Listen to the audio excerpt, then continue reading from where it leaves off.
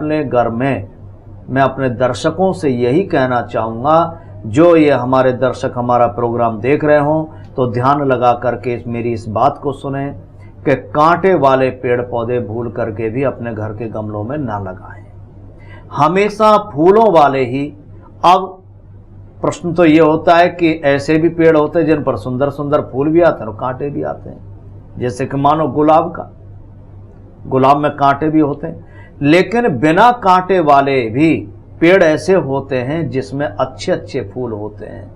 तो देखो, वास्तु के आधार से भी अगर हम देखते हैं तो सबसे बड़ी बात तो देखो भावना जी यही है कि समय का ज्ञान होना जी। और जब तक समय का ज्ञान हमारे अंदर नहीं होता और अपने मन मर्जी कि मान लीजिए हमें यह देखना है कि ग्रह क्लेश क्यों है, वास्तु का भी कारण हो गया।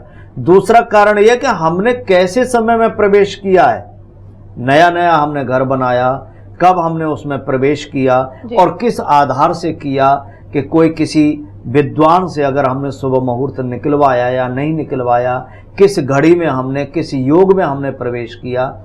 अगर हम इन सब चीज़ों का विचार नहीं करते तो प्राय करके होता क्या है कि चाहे कोई कितना भी विवेकी क्यों ना हो, पति पत्नी के मध्य में तनाव उत्पन्न होना प्रारंभ हो जाएगा। निश्चित है। फिर बहुत से हमारे दर्शकों को तो यह भी ज्ञान नहीं होता कि हमारा सिर किधर होना चाहिए, रात को हम जब सोएं तो किस प्रकार से ध्यान करके या प्रातः काल हम जगें। ये छोटे छोटे टिप्स होते हैं हमारे जीवन में, उनका ध्यान रखना बहुत जरूरी है।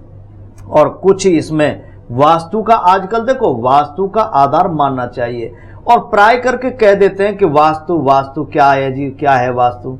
लेकिन मैं एक बात बताना चाहूँगा अपने दर्शकों से, ये वास्तु शास्त्र आज से नहीं है, हजारों वर्षों से हमारे शास्त्रों में समाहित है। बिल्कुल। आज एक बात देखिए, अगर वास्तु शास्त्र ना होता तो आज हम एक मकान बनाते हैं, उस पर भी इतना रिसर्च करते हैं और वो मकान भी 100 वर्ष के ज़्यादा, कितने उसमें हम लिमिट लिखते हैं, 100 वर्ष की आयु वाला। कोई भी इंजीनियरिंग के द्वारा पुल का निर्माण करते हैं तो उसमें उसकी कैपेसिटी होती है जी ये 100 वर्षों तक काम करेगा।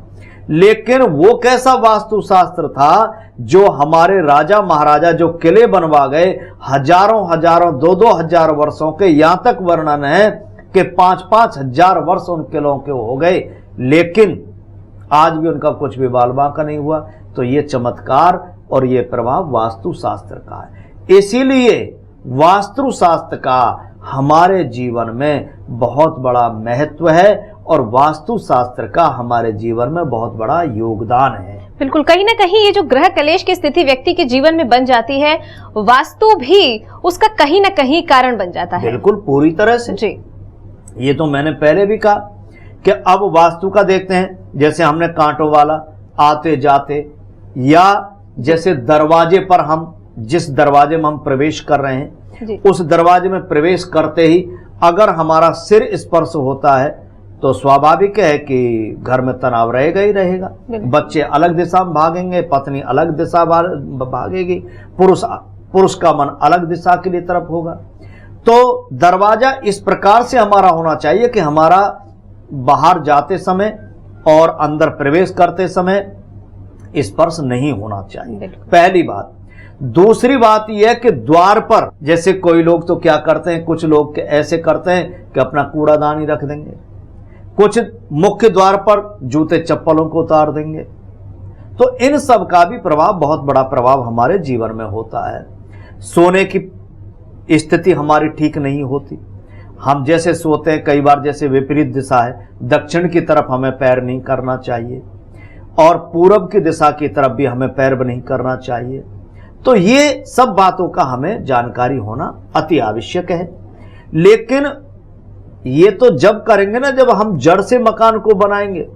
आजकल लोग बने बनाए फ्लैटों में रहते हैं, अब वहां वास्तु हम कैसे देखें? कहीं ना कहीं जगह का भी अभाव है जिसकी वजह से लोगों को रहना पड़ रहा है, उसी वास्तु में उन्हें रहना पड़ रहा है जिस वास्तु के अंदर उन्हें बना के उन चीजों को दे दिया गया है, उसके अंदर कंस्ट्रक्शन भी नहीं करा सकते हैं। तो ऐसी बहुत सारी समस्याएं हैं जिसको लेकर एक व्यक्ति परेशान है, समाधान नहीं मिल पाता है। देखो भावना जी, ऐसा है कि जहां अगर हम मकान बना, स्वयं अगर जड़ से मकान हम अगर बनाते हैं तो सीधी बात है वहां तो हम सब बातों का ध्यान रखें।